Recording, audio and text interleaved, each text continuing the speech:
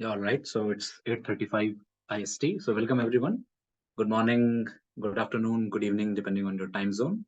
So obviously, we have some participants here with us. Some are, some might be seeing it online and some would see it later as well on our YouTube channel. So all the three forms are there in picture. So I'll start with we already have a guest with us. So what I'll do is I'll start with the concept first. I'll tell briefly about what's the concept of TEG, how we started with it. I will then briefly introduce Farshida, who is the speaker for today's event. So normally I do have a co-host with me, but it's Diwali time in India, so both of my co-hosts are occupied, in some other activities. But anyways, the show must go on. That's one of the popular movie dialogues we have in Bollywood. So we are going on with the show, and so tech is very close to my heart. I last year when I started, that towards the academic side of entrepreneurship, I wanted to start something like a podcast, but then yeah, somehow I was still busy traveling, here and there. And this year when I reached out to Praveenji, who is already taking care of the startup and entrepreneurship special interest group of IT Bombay. Obviously I'm alumni of IT Bombay, and then he said, it looks like a good fit, you can lead this. And then I pitched this idea to him, and he said that, okay, yeah, your idea is fantabulous. Why don't we start this and see how it goes? And I started leading startup and entrepreneurship special interest group. And then two months after that, we started with this particular event, the Entrepreneurship Gyan. So the idea is to bring in entrepreneurs, bring in experts, bring in veterans from the industry, from academia, from the policy world, where where entrepreneurs, budding entrepreneurs, but also entrepreneurs who are yet in the school, in the colleges, who are going to be entrepreneurs in the future, to get inspired, to get their lessons from early on, in their career. So people like Farshida, or in the past we had speakers like Count Reiki, or Professor Venkat, for example. So they, then and now they come here, they add their values, they give their lessons from their own experiences, from their working as an entrepreneur, as an academician, or in general as a business leader, which adds a lot of value. People get their lessons, and that's it. So we build this platform as a collaborative platform, and that's the whole sole idea behind TEG. We are still in the process of coming up with a broader mentorship platform where all these people can also be mentors towards startups and support startups, in different forms. But that is still there in the picture. That will come up sometime later in the future. So that's there. So that's briefly about the Entrepreneurship Gyan, TEG. The concept is in online as well. I'll share the link in a while, and you can have a look at more broadly towards it. So now what I would do is I would introduce the speaker, Farshida, and yeah, because I think that's what you all are here for. And yeah, so Farshida Zafar is currently the director of the Erasmus Center for Entrepreneurship, affiliated with Erasmus University Rotterdam. Center's mission is to empower change agents and their teams with entrepreneurial competencies, as well as practical tools and techniques to support them while starting and scaling their growth and positive societal impact. Until December 2022, Farshida was in charge of a radical innovation unit, Erasmus X, at Erasmus University. As the founder of Erasmus X, her main objective was to challenge the education status quo and accelerate the pace towards a future-proof university. In her prior position at Erasmus School of Law, she had the luxury to combine her two fields of interest, rather two interesting fields of interest, law and tech, which a lot of people, it's hard to combine both of it, but she managed to do it. She describes herself as a tech geek with a law degree. In her prior positions, she was able to accelerate the use of technology, tackles societal issues, and work together with students, academics, and relevant stakeholders in order to future-proof education.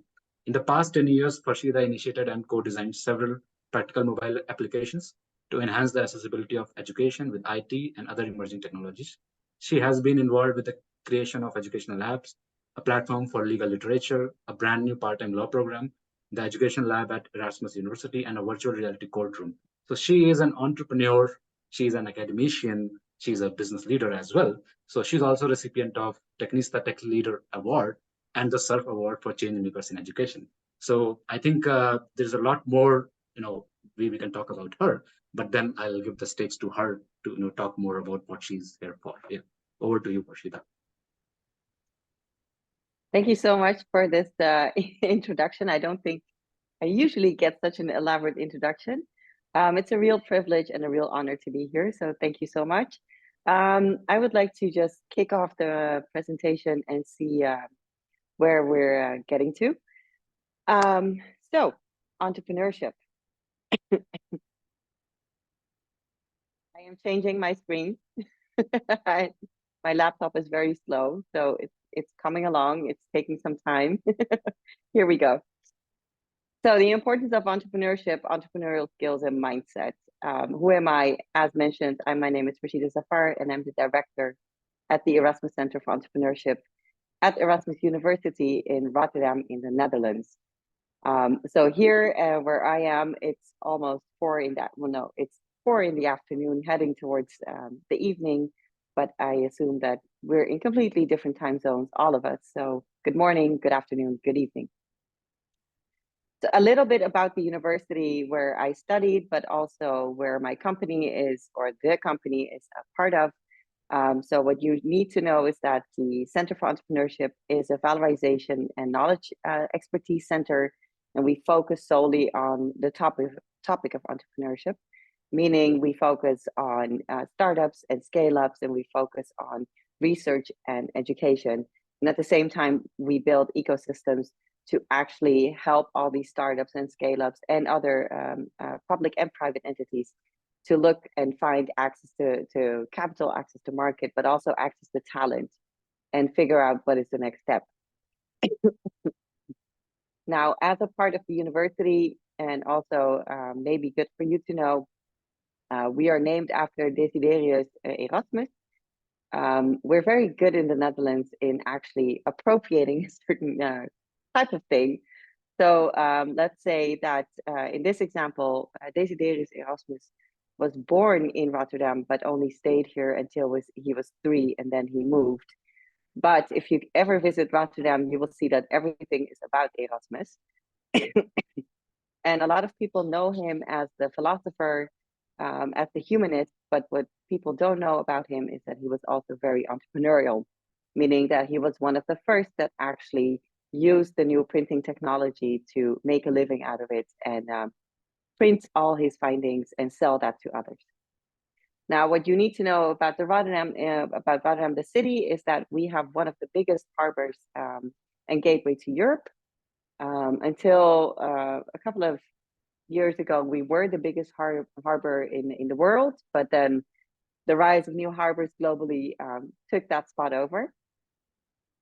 In the city itself, we have 178 nationalities in one city, and over 50% of the city, because it's a post-industrial city, is from foreign origin or second or third even generation immigrants. So what we have in Rotterdam is a hot pot of different cultures, perspectives, and approaches on trade, entrepreneurship, and education and innovation. So that is, I think, one of the main reasons why our center for the past 14 years has been also very successful. Now, for the university itself, we have over 35,000 students, 20,000 bachelor students, and over 13,000 master students.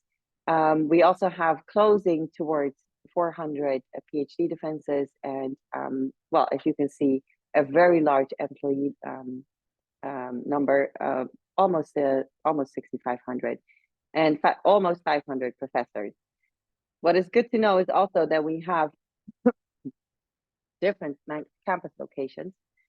So as you can see here, the main campus is Campus Woudenstein with 7 of the schools, but we also have a medical school in the heart of the city. We have a special institution dedicated to international social studies in The Hague, and we have the Erasmus University College also in the city center. And then on the right to on my screen, the Erasmus Center for Entrepreneurship in Rotterdam West. That's our tower.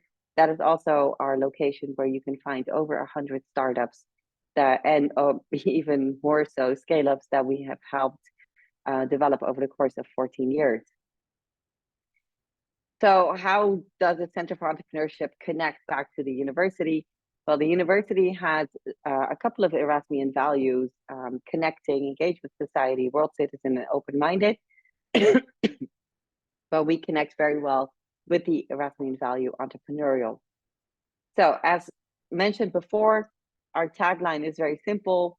We're empowering change agents in their communities and in their global places of habitat through high education and research. It also comes back in our mission, where we try to make positive societal impact by fostering entrepreneurial competencies and driving innovation through high quality research and education. We do that locally in Rotterdam. We do it locally in the Netherlands. We do it locally in Europe, if you could say that that's more local. For example, we just launched a European Scale-Up Institute, where we're working together with several business schools all across Europe. And we're trying to combine our forces in research to try to find out what is the magic to scaling your business and what is needed for that in Europe.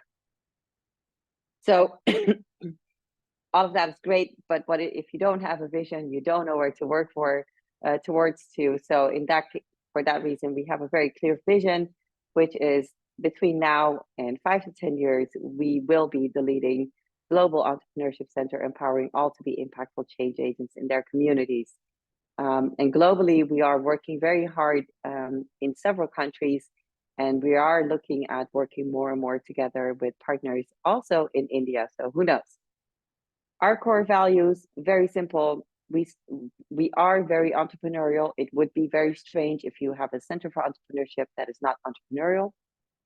We thrive and we strive for collaboration, meaning that we always look out for signing really good partnerships, strategic partnerships, where we can create a win-win for all. And in whatever thing we do, we strive for excellence. Enough about the university, enough about the center. What I actually want to talk to you about today is, of course, the topic of entrepreneurship itself. And the topic of entrepreneurship, whenever I tell my friends, we do something with entrepreneurship, they always look at me like, oh, but that's another one of your buzzwords, right? Like similar to emerging technologies, that's one of your buzzwords. Or another one was disruptive innovations, another buzzword. Well, I would like to claim that entrepreneurship is more than just a buzzword. Entrepreneurship plays a vital role in driving innovation, stimulating economic development and societal progress. It fosters competition, stimulates job creation, and encourages creativity and problem solving. And by taking risks and pursuing opportunities, entrepreneurs can create positive change and shape the future of industries and communities. So entrepreneurship is more than a buzzword. If you look at it and you would give it a short definition, it's the process of identifying, creating, pursuing opportunities to start and manage a business venture. At least that is the traditional definition of entrepreneurship. Entrepreneurship also involves taking risks, organizing resources in order to transform all those great ideas into valuable and successful enterprises. It involves the capacity and willingness to develop, organize, and manage a venture that is often associated with uncertainty, and particularly when it involves innovation. And I think in 2023, it's safe to say that we're making a shift from the traditional perspective of entrepreneurship, or should I say on entrepreneurship, towards a more holistic approach to businesses that benefit not only the company itself, but also society and the environment. Just take a look at the triple P framework, where we talk about people, planet, profit. And entrepreneurship is not just for heroes. It's not just for the Steve Jobs of this world, right? Entrepreneurship is for everyone, especially because the skills and the mindset that is needed for entrepreneurship, those skills can be trained. That mindset can be grown. And we all need it, because I really sincerely believe that entrepreneurial skills are vital life skills. Then, if entrepreneurship is not just a buzzword, then what are entrepreneurs? Are you an entrepreneur? Am I an entrepreneur? Sometimes it makes me think of that one show, Who Wants to Be a Millionaire? Who wants to be an entrepreneur, right? But I think entrepreneurs are individuals who possess a combination of, on one hand, vision and creativity, and on the other hand, passion and determination. These are people that can spot gaps in the market, identify problems that need to be solved, or come up with innovative ideas to meet existing needs. Entrepreneurs are the ones that take initiative to bring their ideas to life by developing a business plan, by securing funding, by organizing a team, and by executing their strategies. And it's not, if you think about it and put that back into connection with the Triple P framework, so people, planet, profit, it's not limited to just starting a new business. It can also involve revitalizing ones or introducing innovative solutions within established organizations. We call those intrapreneurs, so not entrepreneurs, but intrapreneurs. And what I think is a main driver for a lot of entrepreneurs is the desire for independence, making a positive impact, and creating a positive value for themselves and for others. So then, if entrepreneurship is not a buzzword, should everyone have a business then? Should everyone just start up a new restaurant, start up a new tech office, start up the next best thing, the next Apple, the next Uber, the next Amazon? Should we all go into the tech field? Should we all go into biotech? Should we all start some culinary adventure? What is the role of entrepreneurship in society then?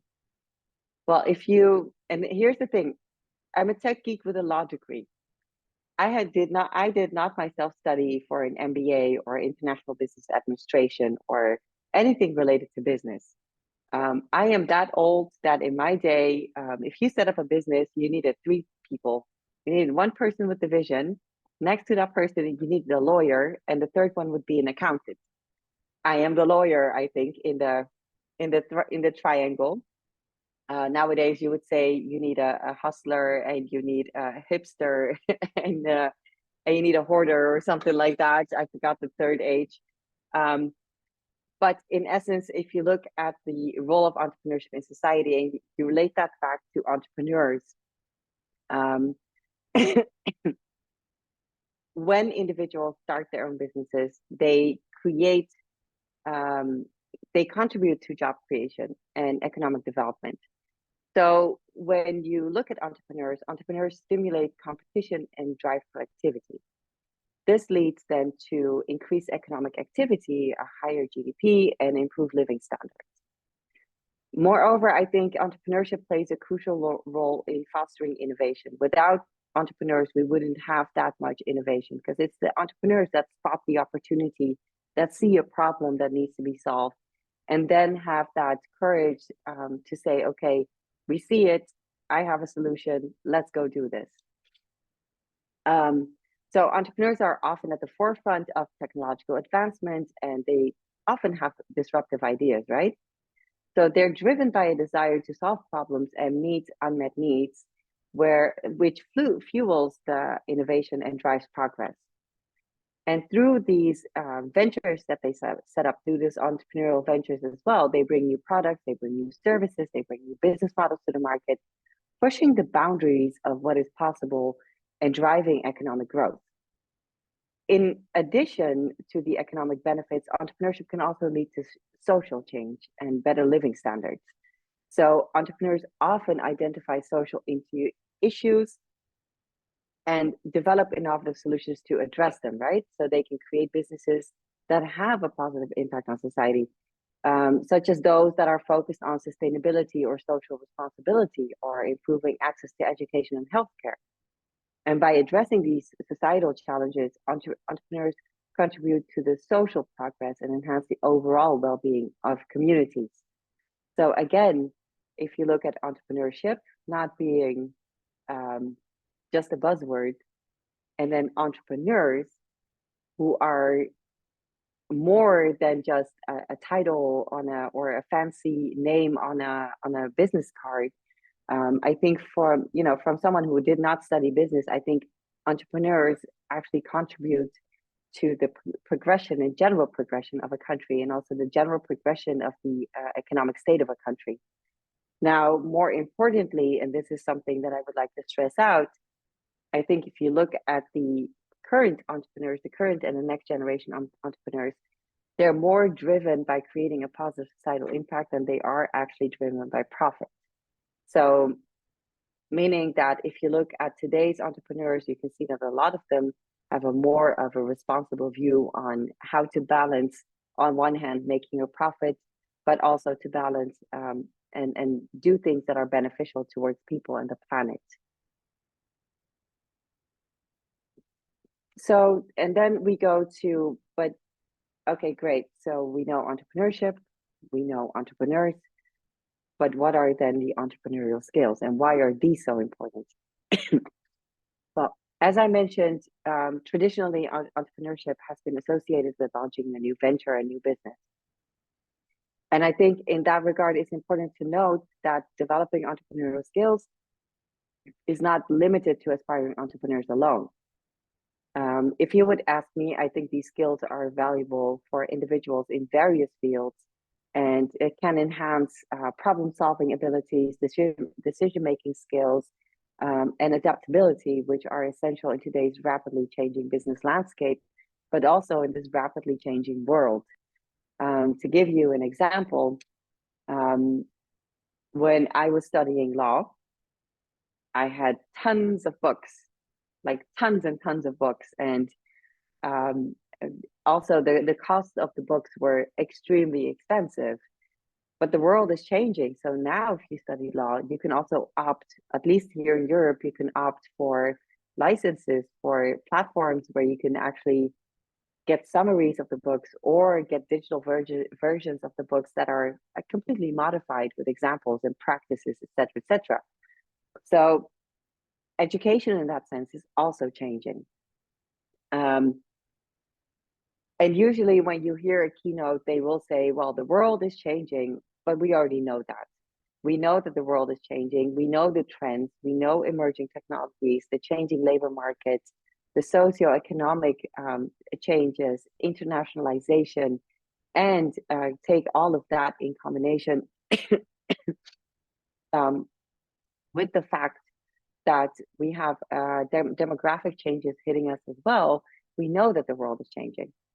So this is nothing new. We've known it for decades. It's just that not a lot of us use their entrepreneurial skills to see if they can manage these changes towards the future, because these new changes bring a lot of ambiguity and a lot of uncertainty. And for that reason, I think one of the entrepreneurial skills, which is adaptability, is very important. In that sense, I think entrepreneurial skills are a vital life skill that extends far beyond the ability to launch a successful business. I think it's a life skill that prepares individuals to deal with this ambiguous, uncertain future.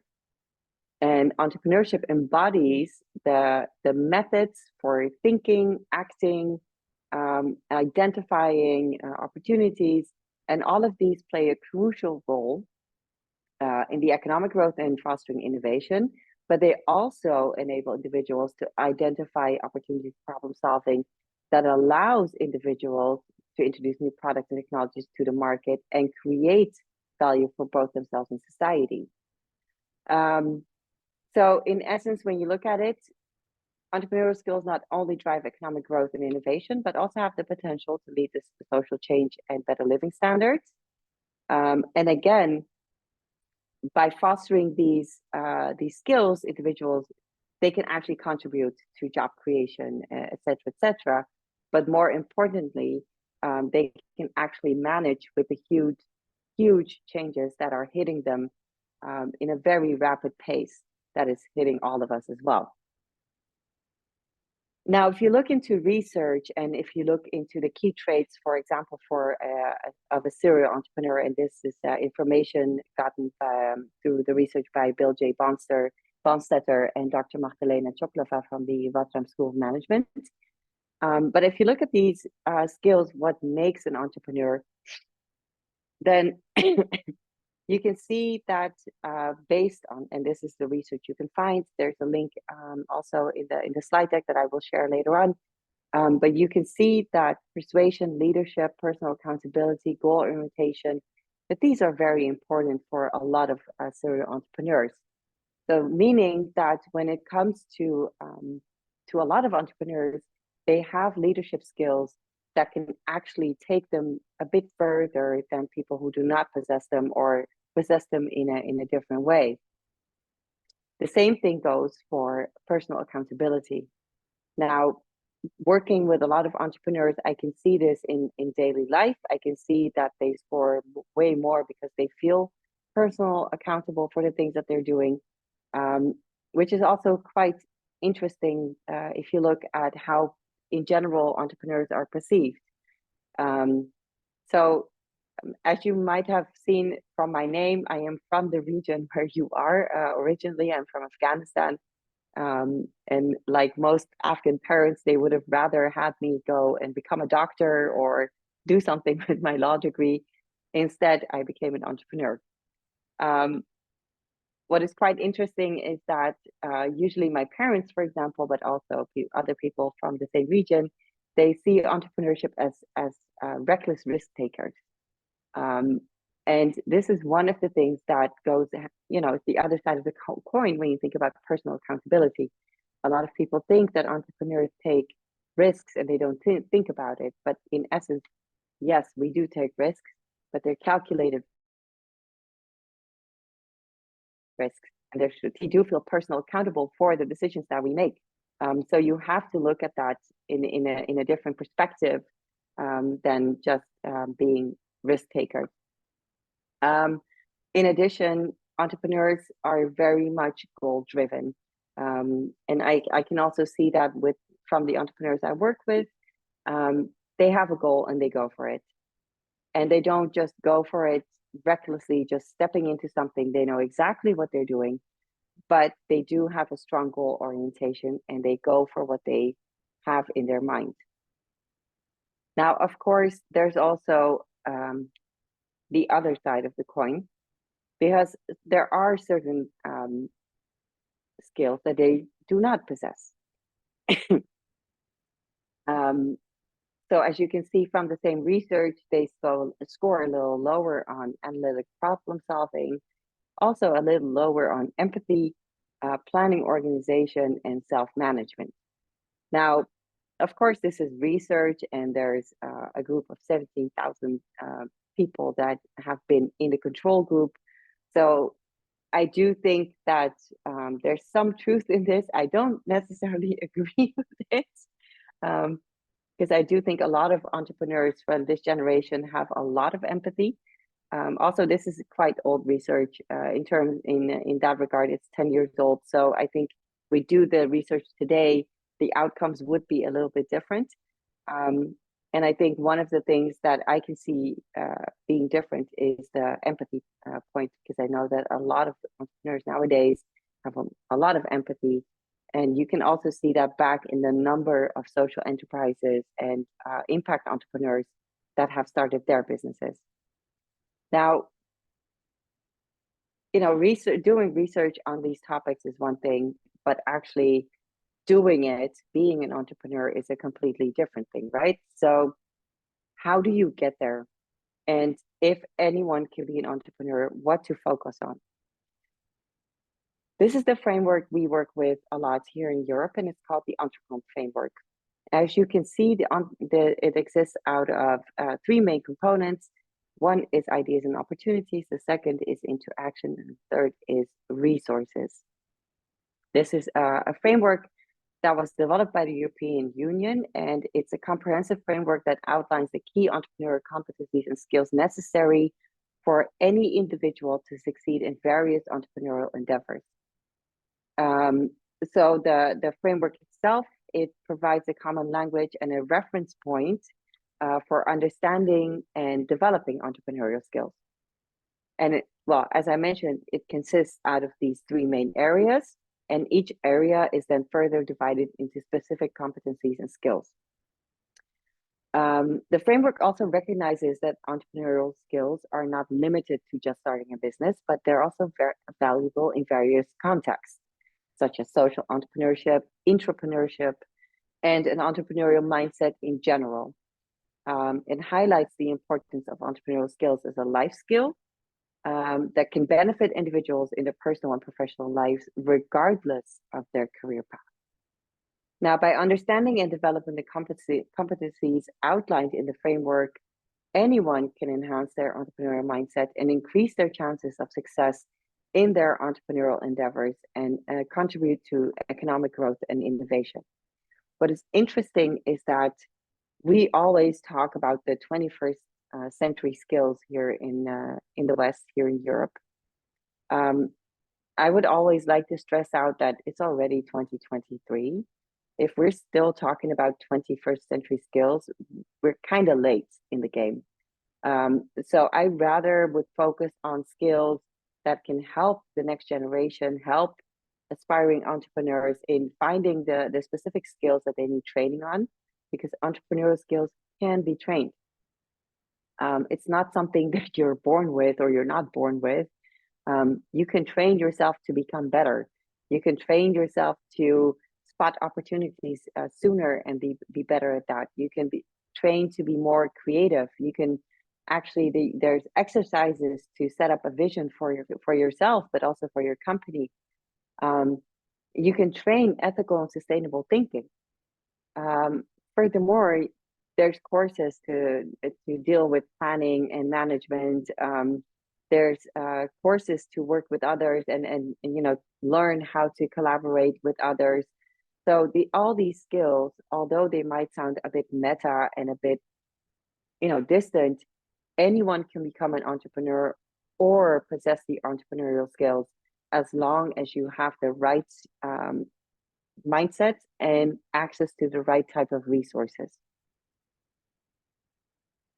Now, from entrepreneurial skills to mindset, as mentioned, you can train all these. You can train all the skills. You can actually do courses to actually make yourself become better at certain things. So the skills can be trained. But I believe that if you don't have the right mindset, it doesn't matter how good the training is. And it doesn't matter how often you train. If you do not possess a growth mindset, it will never, you will never become successful in your entrepreneurial endeavors. So what I'm trying to say is that the importance of the entrepreneurial skills is closely related to the importance of the entrepreneurial mindset. And the entrepreneurial skills, they refer to specific competencies and abilities that you as an individual need to succeed in your entrepreneurial endeavor. The entrepreneurial mindset encompasses the underlying attitude, belief, and characteristics that drive entrepreneurial behavior. So both skills and mindset are crucial for identifying and seizing opportunities. So the skills such as opportunity identification and idea validation, it enables individuals to recognize potential businesses and opportunities. However, without having that entrepreneurial mindset, individuals might not have the motivation or curiosity and openness to spot and pursue these opportunities. I mentioned earlier that entrepreneurship involves taking calculated risks and dealing with uncertainties. And one of the skills like risk management and coping with uncertainties, that skill, it provides you as an individual with the tools to navigate through uncertainty and navigate all the challenges that come with it. However, again, the mindset includes resiliency, perseverance, and a willingness to embrace failure as a learning opportunity, which is essential for entrepreneurs to overcome setbacks and persist in the face of adversity. Meaning that you can have the right tools, you can be taught risk management, but if you're not able to work with failure, for example, so you failed one time and you do not have the ability to learn from that failure, it doesn't matter how many courses on risk management you take. And then another example is that the entrepreneurial landscape is very dynamic and constantly evolving. And skills like planning and management that help individuals help you adapt your strategy, pivot, navigate changing market conditions, etc. Those are very important, but it's the mindset that includes traits like adaptability, flexibility, and the willingness to embrace change. That's what enables entrepreneurs to quickly adjust their approach, pivot when necessary, and seize new opportunities. So in general, entrepreneurial skills and mindset, they go hand in hand. You cannot do the one without the other. Now, I've done a little bit of research on the current state of entrepreneurship in India. Now, this is where it gets a little bit exciting because, of course, I'm on the other side of the planet, and not every research is as, how do you say that, correct as one might want. So I hope that the things that I have found do resonate or ring a bell with you and that you can find it. But I would like to share some of my perspectives on, from the research that I did in a short summary on entrepreneurship in the Indian context. So what I got from the research is that, the developing the skills and the mindset, of course, it empowers everyone, whether you're in India or in the Netherlands, it doesn't really matter. But I think by honing the skills and mindset, your fellow countrymen can actually enhance their problem-solving abilities, decision-making skills, and adaptability, which is crucial for success in India. So what I found about the Indian startup ecosystem is that in recent years, the Indian startup ecosystem has experienced a tremendous growth, offering a plethora of opportunities for entrepreneurs, right? So one of the things that I find very interesting is that India has emerged as the third largest startup ecosystem globally, with somewhat over 50,000 startups in 2021. And this could be attributed, the growth could be attributed to the factors such as a growing middle class, increased digital connectivity, and a pool of skilled talent. So that is one thing that I would like to give back. The other thing that I found out is that you have diverse sectors. What I found very interesting is that a lot of startups in India are not just limited to technology, but they span across various sectors, including e-commerce, fintech, healthcare, educational tech, agri-tech, and renewable energy. What's interesting is then that this diversity opens up avenues for entrepreneurs to innovate in a different industry, and it opens up avenues for collaboration with maybe companies even here in Europe. A third thing that I found is that the funding and investment landscape is quite positive. So what I found is that the startup ecosystem in India, that you have witnessed substantial funding and investment activities, that there are some venture capital firms, angel investors, and crowdfunding platforms that have provided a lot of opportunities with access to capital, enabling them to scale their business and realize their ideas, which is great, because that's one of the main issues is always, if you start up your business, how are you going to fund it, right? So I think that's very interesting to see. And then the last thing I found is that Indian startups have gained global recognition, both domestically and internationally.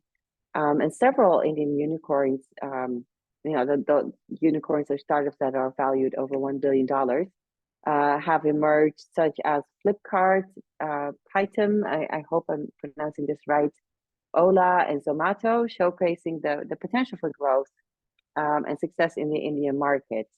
So I think right now that you're on the forefront of the next phase of the startup, building the startup ecosystem in India, I think you have a quite exciting time ahead of you.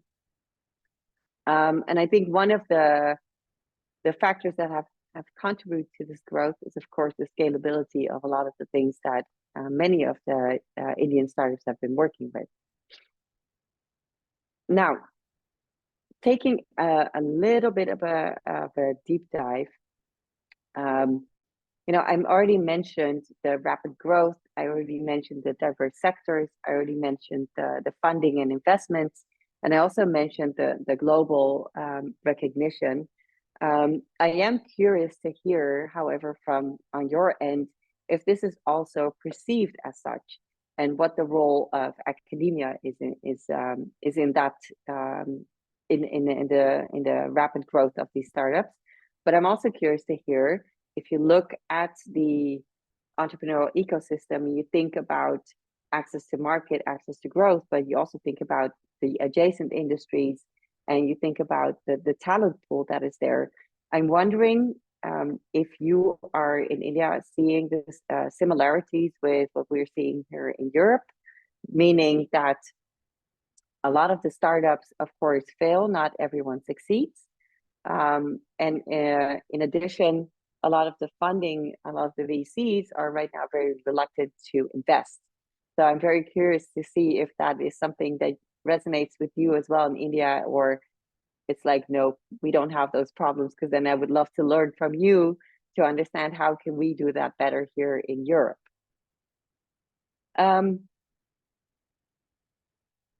Of course, contributing to the growth is also something that comes from policies that stimulate entrepreneurship. And I didn't mention this before because, it's very hard to see how much a government can do. One of the funny things that I saw here in the Netherlands is it was a post on LinkedIn, and we saw that a lot of the investment that is done into startups is actually done by the Dutch government. And someone had set up a hashtag underneath it. The Dutchies are out-Frenching the French, meaning that in European contexts, we were actually investing more through government in startups than the French were, which is quite something extraordinary. Now, I took that idea and I actually looked into what does the Indian government then do. And I'm not sure if this is correct. So I'd also love to hear from you if this is correct. But two of the things that I found is that, well, first of all, there are initiatives and policies that the Indian government has also recognized as playing a crucial role in supporting entrepreneurship in India. So one is Startup India, and I hope this is still correct, because it could also be that this is old information. But from what I got is that it was launched in 2016 by the government, and it was aimed at fostering a conducive environment for startups through various measures, including simplifying regulations and providing tax benefits, and creating incubation centers to nurture and mentor startups. I think if that policy is still at place today, I think that's a very nice and good policy to have, especially when it comes to regulations, and especially when it comes to having more entrepreneurs around you, because creating these incubators, and I think at BCE, we were one of the first incubators in Rotterdam, it does help other entrepreneurs to learn from each other, and it also helps cross-fertilization, and it helps in obtaining more knowledge and working on the knowledge body of knowledge within these incubators. The second thing that I found is Made in India, or Make in India. Maybe that was the last one. And it's as far as I could figure out, it was a campaign that would encourage domestic manufacturing and promote India as a manufacturing hub. Now, if this is a policy that has been pushed through, and again, I'm not sure if it has, because I don't live there, of course, I live here. But if it has, it will stimulate more entrepreneurs to actually do and make things and set up their businesses around it. So if that's not the case, if that's not true, then my information was not correct, and I should have done more fact checking. But I do hope that these policies are still in place, because these type of policies actually help entrepreneurs to get to the next stage. Now, very important, of course, is what is then the economic impact of having all these startups in your ecosystem, having all these startups in your country. And as far as I could find, one of the biggest thing is that there have been a lot of jobs that have been created, and the startups that have been launched have been instrumental in generating these employment opportunities. So there's a report by NASCOM, and in that report, it stated that Indian startups created around 1.6 million direct and indirect jobs in 2020, and therefore contributing, of course, to the country's economic growth. And the second information that I found has to do with GDP contribution. And in general, the study from NASCOM, and NASCOM again, it states that the contribution of startups to India's GDP, national GDP, has been steadily increasing, and that the startups, it's by NASCOM and Zinov, the startups contributed around 1.8% on India's national GDP in 2020. So in general, I think it's fair to say that having these startups in your country, having national startups, not only does it create jobs, it also very much so increases GDP, and it actually leads to, well, hopefully should lead to better living standards for everyone. Then tying it all back to entrepreneurial skills, because one of the things that I think we always forget is that we're very privileged in Europe, and that we have, when we talk about entrepreneurship, when we talk about entrepreneurial skills, we have a lot of open access tools and a lot of open access trainings at our, at our disposal. And some entrepreneurial skills are more valid in certain spaces of the world than others. So what I did is I looked into some research and figured out, what would be the most essential entrepreneurial skills for entrepreneurs in India.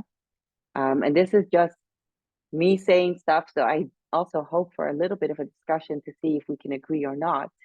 But one would be the adaptability, the skill to be able to adapt quickly.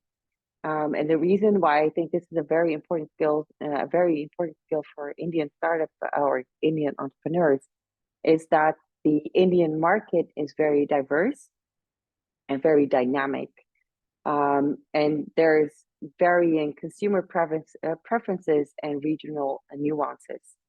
And I think if I would be an Indian entrepreneur, and I would be able to adapt my business model and strategy to cater to all these diverse needs in these diverse regions, I would have a higher chance of success.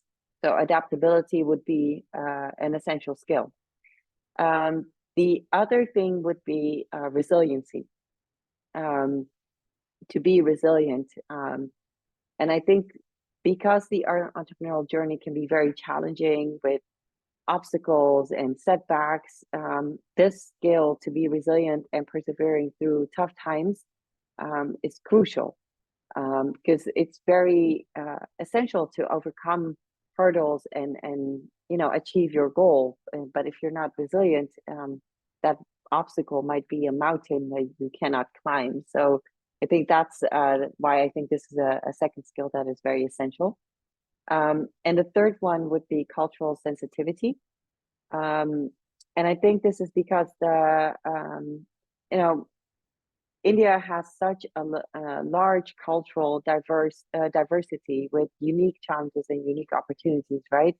And I think if you as an Indian entrepreneur can actually navigate and understand the diversity and better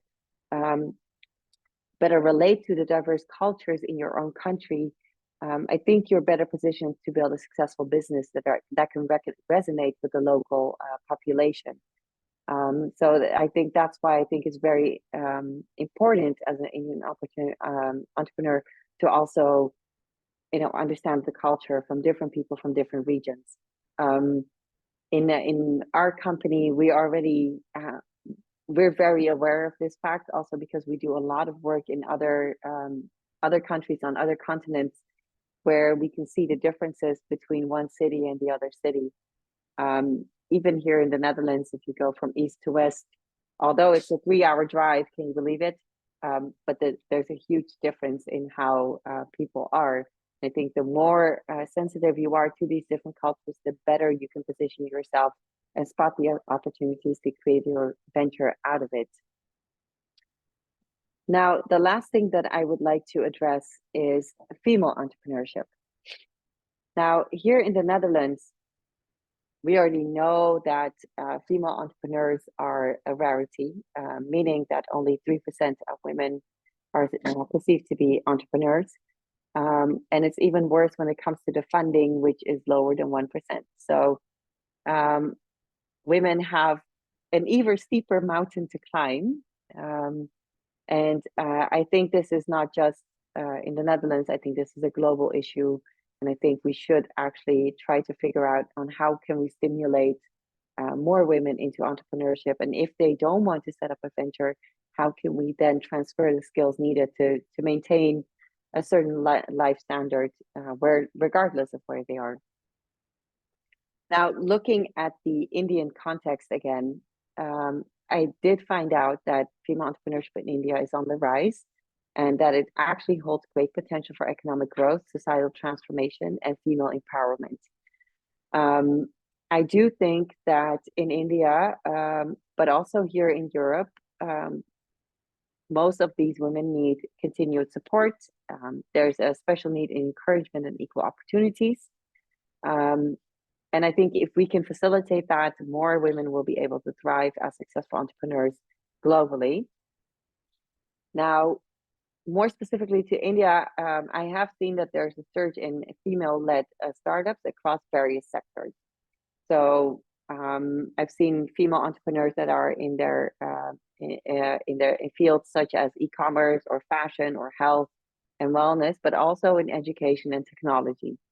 And what is interesting to know is that most of these startups are not only driving innovation, but also creating a lot of jobs. And more specifically towards women, it's not just the business that benefits, but it's even the communities benefit from it. And like many other female entrepreneurs, the female entrepreneurs in India are focused on creating societal impact through their businesses. So more than their male counterparts, they're addressing societal issues such as female health, education, financial inclusion, and gender equality. And by empowering themselves and also others, they are driving the positive change in their community. Having said that, a lot of female entrepreneurs globally are not on the same level as our male counterparts. So to stimulate the growth of female-led businesses, it is very important that we also open access to capital, open access to mentors, open access to trainings. And for that reason, actually, from our company, we've just joined forces with a partner called Kayatella Impact to open up a new educational platform with a lot of content on entrepreneurship and helping women globally to train themselves in becoming more entrepreneurial. Now, it goes to play again. That was my presentation. I know that a lot of you are having a very celebratory weekend this weekend, but I also know that there's a big game to be played tomorrow. So I wish you the best of luck. I do understand a little bit of cricket. Again, I am from the region, so I also know that India has played Afghanistan, and it's becoming harder to defeat the Afghans nowadays. But for this game, I will be cheering you on. I'll be cheering for the Indian team, and I hope we can actually bring home the cup. That's it for me. I'm opening up the floor for any questions. Thank you so much for listening, and I hope I didn't bore you. No, Farshida, it was excellent. Just to add a couple of things that you mentioned about Indian entrepreneurial ecosystem and entrepreneurship in India. Obviously, I see there's already a question. I do also have a couple of questions in my mind, which I'll take. But because you were mentioning some numbers, and I teach executive programs about Indian entrepreneurial ecosystem outside India, obviously. So I had some ready-made numbers with me. I thought, because you are mentioning some old figures, why not, let me also give some figures and update over that. So yeah, just to not to boast about our country, but also just to add to what you have been speaking. Yeah. So over 99,000, over 99,000 startups, we have, as which are DPIIT recognized startups in more than 670 districts in India, and this figure is from 2023 June. So I update my data twice a year. So this is from mid 2023 data, which I have. And startups have been increasing in India kind of exponentially. So in 2003, it were around 3,000. In 2010, they were around 10,000. In 2018, it was around 50,000. So you can see that exponential growth has been taking place. And obviously, when you say third is in terms of the funding received, basically. So obviously, number one is US. It remains number one. Second is China, and third is India. So total funding which India has received from 2014 till 2023 June is around 141 billion US dollars, which is wow. Because a lot of economies don't have don't have this GDP, which is kind of the funding India has received.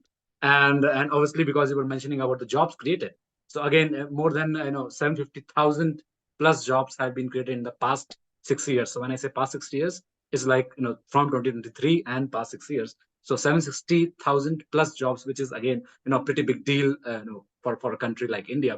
We need something like this. And if you see number of funding, so funding has become around 15x as compared to 2015 to 22. 15x is a huge number. Number of investors have been like 9x. Number of incubators is big deal. Incubators are big deal. It has become 7x from 15 to 22. So we do have pretty good numbers. And obviously e-commerce remains. E-commerce is the one big field. Fintech is another big field. Entrepreneurship tech is another big field. So we have a couple of broad fields in which India has been growing. It will keep grow. EdTech again, because EdTech is one of your area. EdTech is, for example, fourth or fifth largest growing field in India. So obviously there are ample opportunities, and I'm very hopeful. I'm very bullish about India. Just you actually should have shared your data with me. Then at least my presentation would have been. I didn't know that. I didn't know that. You are going to present on that. But yeah, all right. No, but of course. I mean, no. But thank you so much for sharing this. And I think this is something that is heavily. Well, I think the dominated narrative is of course Silicon Valley, but come on, there's so much more to the world. And yes, I know many. I know many Indian entrepreneurs. Actually, there's one that I've met just recently here in Rotterdam, and he's in the field of generative AI. And the things that he's been doing it's completely mind blowing, right? So for someone who's into trying to keep up the pace with technology and trying to figure out, okay, what's next, and experimenting with a lot of things, I think it's very exciting to see that the emerging tech startups from India, that they're in such a rapid pace, they can scale from 0 to 100. It's quite incredible. Yeah.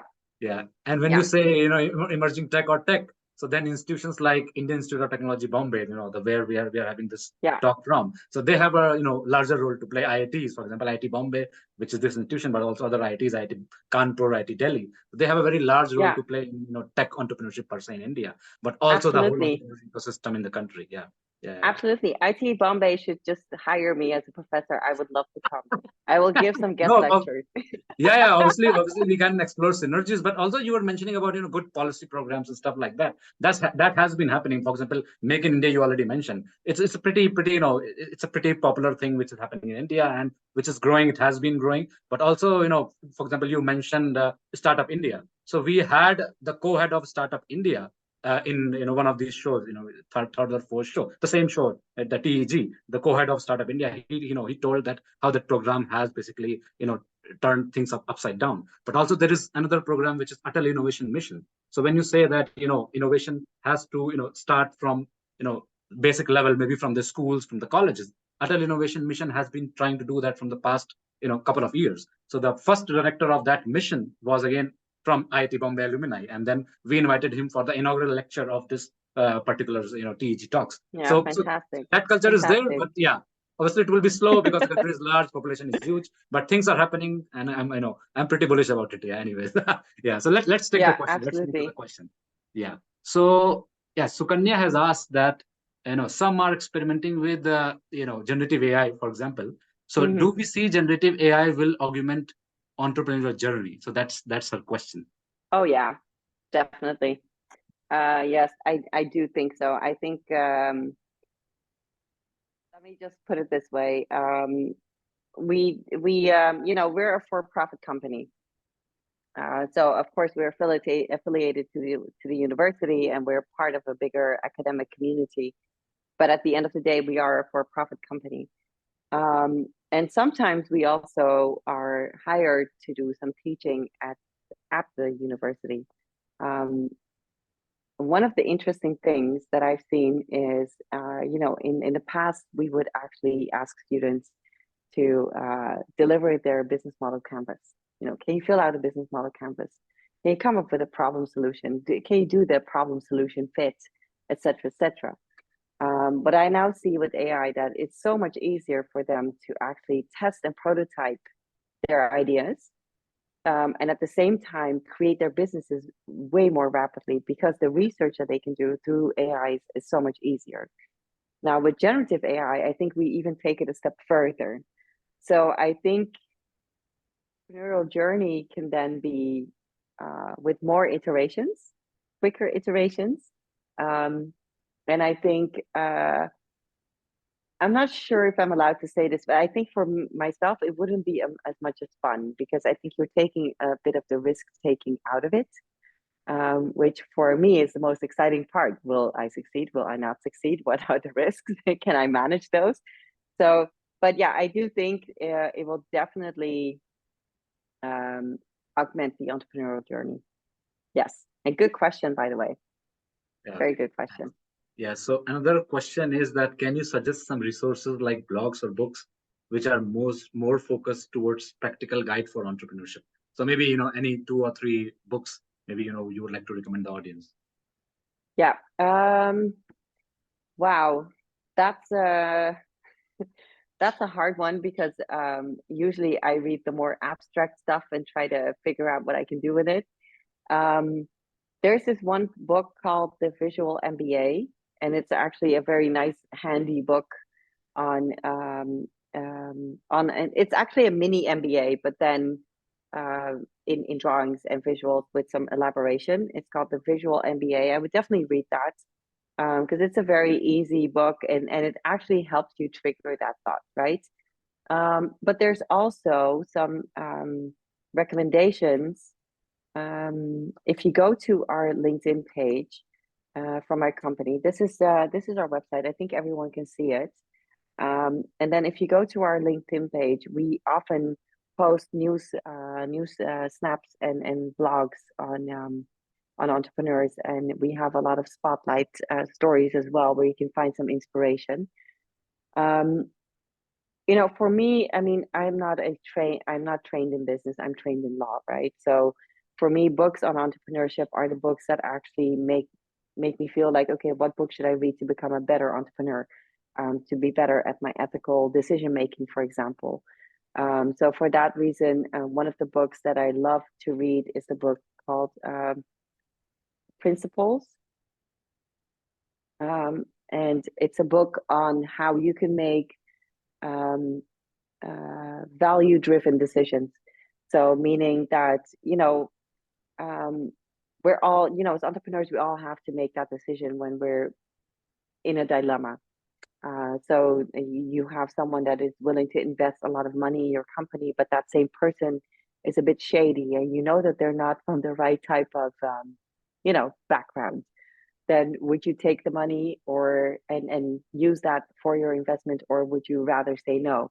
Now, the book called Principles is one of those books that actually makes you think about these choices, but also gives you some pragmatic tools and some pragmatic guidelines to make those decisions.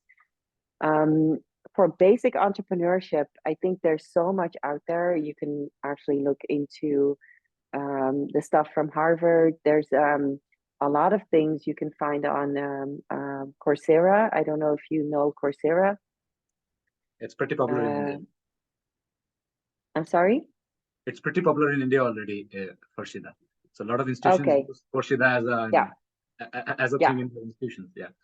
Yeah. Okay. So all these open education platforms, they have it, right? So you can actually find it there. For female entrepreneurs, well, you can wait for our platform. The pre-registration has already started, but we've actually built a custom platform where we're pushing educational content for female entrepreneurs. So as soon as that's ready, I will send it to you, Pepe, and then you can actually pass it on to everyone else. Sure. Obviously. Yeah. But there's a lot of things you can use, and at the end of the day, it doesn't matter how many books you read. It's about the doing. The doing is the hardest part. So you just have to try things out. Yeah, and one thing people are asking. So in your slides, would you also put references for for example, entrepreneurship education or things you were talking about? Because a lot of things you were talking, but it were not per se in the slide, and people are not seeing it. So can you put maybe few pointers which people could relate to? Because that would be easier for people to understand and have a key takeaway. Absolutely. I will. What I will do is once I deliver my slides to you, which is when I'm feeling a little bit better because I'm feeling sure. sick. Take your time. So then I will definitely put the can, references in there. Yeah, I will put the references in there, and I'm regarding to this question, I'll also put some book tips in there. What are the essentials for entrepreneurship to read? Yeah, definitely. That would be interesting. So already, for example, we have already taken the time limit. So I will just ask one question from my end, which I have. So for example, if there is a budding entrepreneur in India who wants to move to Europe and start a business, so how do you think that the first move should be? For example, how can ECE help that particular entrepreneur, or are there provisions for that? Wow, that's a great question. Because, for example, that is my largest scenario. Can I help? Can I help? For example, can I help startups to, let's say, grow in Latin America, or can I help startups to grow in Africa or Europe per se, depending on which entrepreneurial ecosystem we're dealing with? Yeah. I think if I were a aspiring entrepreneur in India, I think the first thing I would do is try to find like-minded people. Try to find people that have gone through the journey, ask them how they did it, and ask them for their most epic fails, so I don't make the same stupid mistake. It's always funny because people always ask you for your best practices, but I think the best practices are very contextual, whereas epic fails happen more often, and it's better to learn from those. So I think I would do that. Find an ecosystem where I can actually go to, find a mentor I can learn from, find connections, because the world, it's actually quite simple to figure out, who you need once you talk to people. And back in the day, people were always saying, "Oh, don't share your ideas; they might be stolen." I don't agree with that. I think you should share your ideas, because if you share your idea and someone is the person you're talking to is in the same mindset, in that same growth mindset, you can actually take the journey together. Or that person might connect you to the next person, might connect you to the next person. If that person is going to steal your idea, they can steal any idea. Your idea is not as innovative or new as you might think. But even if it gets stolen, it doesn't matter. Because at the end of it, it's not about the idea, it's about the determination and the perseverance and the doing of it.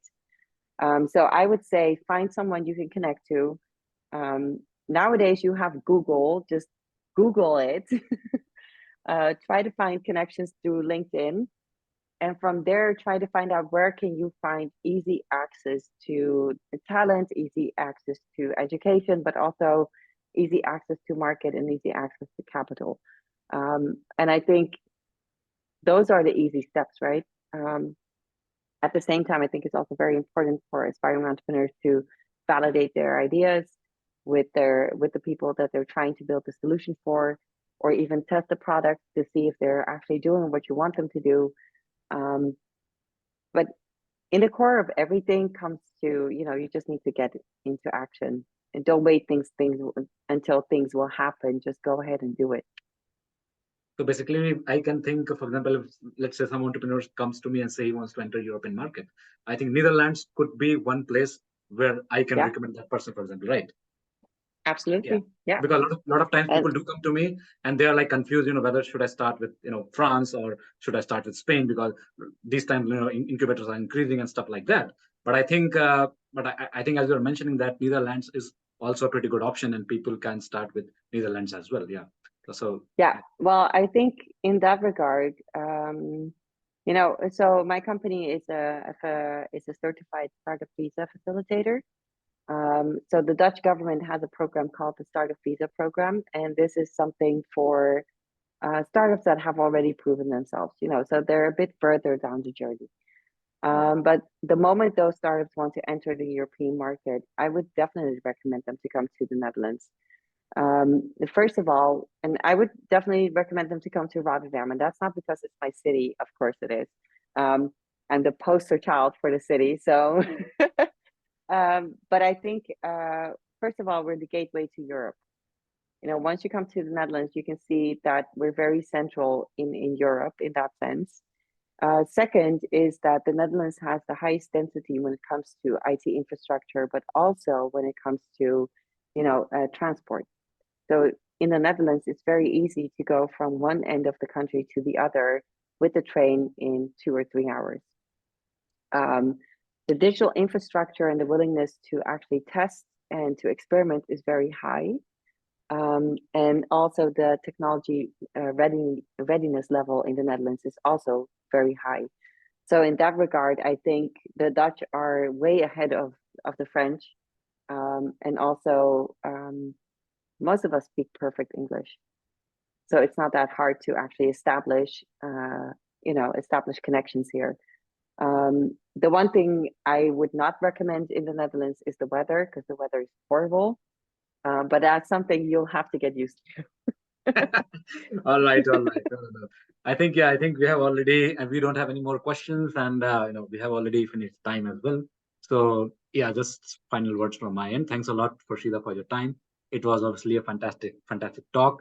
A lot of them may get in touch with you on LinkedIn or other ways. Absolutely, feel free to do so. Yeah, I'm guessing that some of them would be already proven startups in India who would be looking forward to expanding to European markets, because I think that is something which is kind of people are looking forward to, but also maybe for some of your courses at ECE and the kind of stuff that you were mentioning. Absolutely, please reach out to us.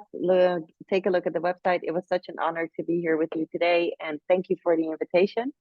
Yes. I will update my slides and I will send them to you as soon as I can. I wanted to say kick their beep tomorrow at the cricket game, but have a great evening, great day. Talk soon. Bye. Bye. Bye. Take care. Bye.